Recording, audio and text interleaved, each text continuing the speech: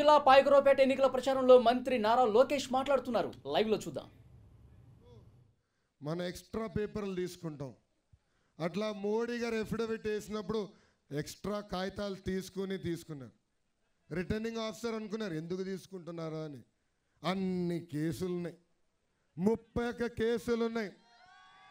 అందుకే కేసీఆర్ గారు తెలుసు, చంద్రబాబు నాయుడు గారు ఉంటే ఏం చేయలేం, జగన్మోహన్ రెడ్డి గారు వస్తే నుంచోమంటే నుంచుంటాడు, కూర్చోమంటే కూర్చునే వ్యక్తి. ఈరోజు ఏకంగా చూస్తున్నాం, కేసీఆర్ గారి ఆలోచన ఒక్కటే, పోలవరం అయ్యేదానికి లేదు.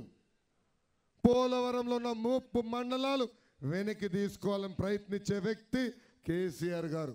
అంతేకాదు మన పోర్ట్, మచిలీపట్నం పోర్ట్ తెలంగాణకి ఇవ్వాలని ఆయన ఏకంగా కేంద్ర ప్రభుత్వానికి లేఖ రాస్తాం జరిగింది. ఇదేమన్యాయం అని అడుగుతున్నా. జగన్మోహన్ రెడ్డి గారు పాదయాత్ర చేశారు, ఏనాడైనా మోడీ గారు వ్యతిరేకంగా మాట్లాడారని అడుగుతున్నా. మాట్లాడారా? లేదు. కేసీఆర్ గారు ఆంధ్ర రాష్ట్రాన్ని ఇంత ఇబ్బంది పెడుతుంటే ఏనాడైనా కేసీఆర్ గారు వ్యతిరేకంగా మాట్లాడారా? మాట్లాడలా. అందుకే జగన్మోహన్ రెడ్డి గారి పేరు నేను మార్చాను, కల్వకుంట్ల జగన్ మోడీ రెడ్డి గారు ఈయన పేరు. ముగ్గురు కలిసి నాటకం ఆడుతున్నారు.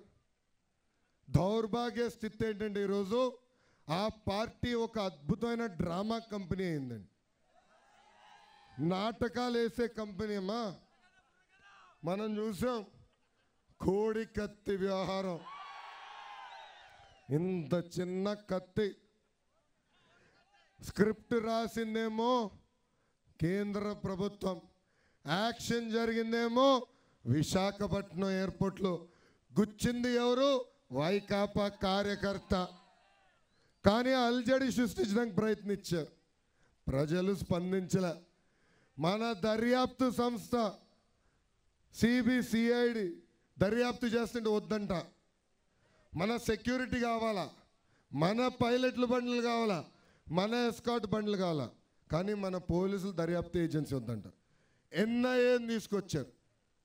ఏకంగా వాళ్ళు బాంబ్ బ్లాస్ట్లు జరిగినప్పుడు దర్యాప్తు చేసే వ్యక్తులు వాళ్ళని తీసుకొచ్చారు. వాళ్ళు ఏం చెప్పారు?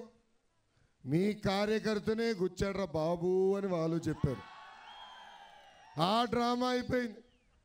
తర్వాత రెండో డ్రామా వచ్చిందండి. ఏం డ్రామా? ఆవు అంబులెన్స్ డ్రామా. ఏం డ్రామా? ఆవు అంబులెన్స్. ఆయన ఒకటి ఇట్లా ఒక సభలో మాడుతూ ఒక మాట అన్నారు, 108 కొడితే అంబులెన్స్ రావట్లేదని. అప్పుడే కుయ్యి కుయ్యి కుయ్యి అని అంబులెన్స్ వచ్చింది. ఈయనకు కాలింది. అప్పుడు ఒక మాట అన్నాడు ఆయన, ఇది చంద్రబాబు నాయుడు గారు అంబులెన్స్, డ్రైవర్ నేను తెలుగుదేశం పార్టీ పంపించిందని అడిగాడు. పాపం ఆ డ్రైవర్ గారు అనుకున్నారు ఎందుకురా బాబు ఈ గోలానే నేను వెళ్ళిపోయారు. తర్వాత రికార్డులు తిరిగేస్తే అక్కడ రాస్తుంది, ఒక వైకాపా కార్యకర్త జగన్మోహన్ రెడ్డి గారు సభకు వస్తూ యాక్సిడెంట్ అయింది. ఆ కార్యకర్తని హాస్పిటల్ తీసుకెళ్తుంది ఈ అంబులెన్స్. ఎంత అన్యాయం అండి. ఇంకో పక్కన కరెక్ట్గా 3 రోజుల తర్వాత ఇంకొక సభలో ఆవు వచ్చిందండి. ఏమొచ్చింది? ఆవు. ఆవు వస్తే ఆవుని పట్టుకున్నాడు ఆయన. ఇది చంద్రబాబు నాయుడు గారు ఆవు, తెలుగుదేశం పార్టీ ఆవు పంపించిందంటారు. పాప ఆవు అనుకుంది ఎందుకురా బాబు ఈ గోలా అని వెళ్ళిపోయింది. అంటే ఆవుని చూస్తే చంద్రబాబు నాయుడు గారు గుర్తొస్తున్నారు, అంబులెన్స్ చూస్తే చంద్రబాబు నాయుడు గారు గుర్తొస్తున్నారు. అంతెందుకు ఆంధ్ర ప్రజల్ని చూస్తే కూడా చంద్రబాబు నాయుడు గారు ఈరోజు జగన్మోహన్ రెడ్డి గారు గుర్తొస్తుంది. అందుకే ఆయన ఎప్పుడు అంటే ఎక్కడ ఉంటాడైనా? హైదరాబాద్. అంటే జగన్మోహన్ రెడ్డి గారు పరిగెడతారు హైదరాబాద్కి.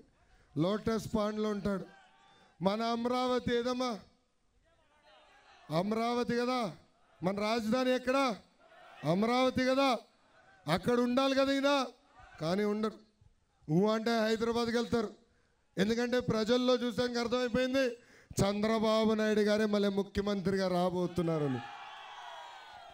అందుకే మిమ్మల్ని అందరినీ అడుగుతున్నాం, ఇచ్చిన మాట నిలబెట్టుకున్న వ్యక్తికి ఓటేస్తామా, లేదంటే మాయ మాటలు చెప్పి తప్పించుకున్న వ్యక్తికి ఓటేస్తామా? పసుపు కుంకుమ పెట్టే వ్యక్తికి ఓటేస్తామా, పసుపు కుంకుమ చెరిపే వ్యక్తికి ఓటేస్తామా అని ఒక్కసారి మనందరం ఆలోచించాలి. అంతేకాదు, ఆంధ్రుల హక్కుల కోసం పోరాడే వ్యక్తికి ఓటేస్తామా, లేదంటే ఆంధ్రుల ఆత్మ గౌరవాన్ని తెలంగాణకి తాకట్టు పెట్టే వ్యక్తికి ఓటేస్తామని ఒక్కసారి మనందరం ఆలోచించాలి. ఈరోజు నా పక్కన ఇక్కడ చూస్తే శ్రావణ్ ఉన్నాడు, ఎబ్రహాం గారు ఉన్నారు. నాకు ఇప్పుడు కూడా బాగా గుర్తు, నేను చైనా పర్యటనకి వెళ్ళే ముందల శాసనసభ జరిగింది.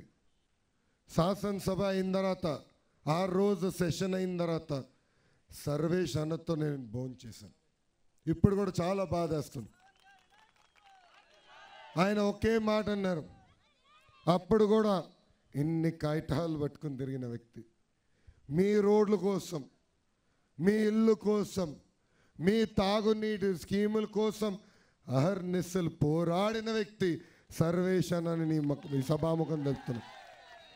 చంద్రబాబు నాయుడు గారు పదే పదే చెప్పారు, బాక్సైట్ మైనింగ్ నెట్టి పరిస్థితుల్లో ఎలా చేయను, ఆ లీజు కూడా రద్దు చేసిన వ్యక్తి మన ముఖ్యమంత్రి నారా చంద్రబాబు నాయుడు గారు. కానీ ఈరోజు సర్వేష్ అన్న మన మధ్యలో లేరు.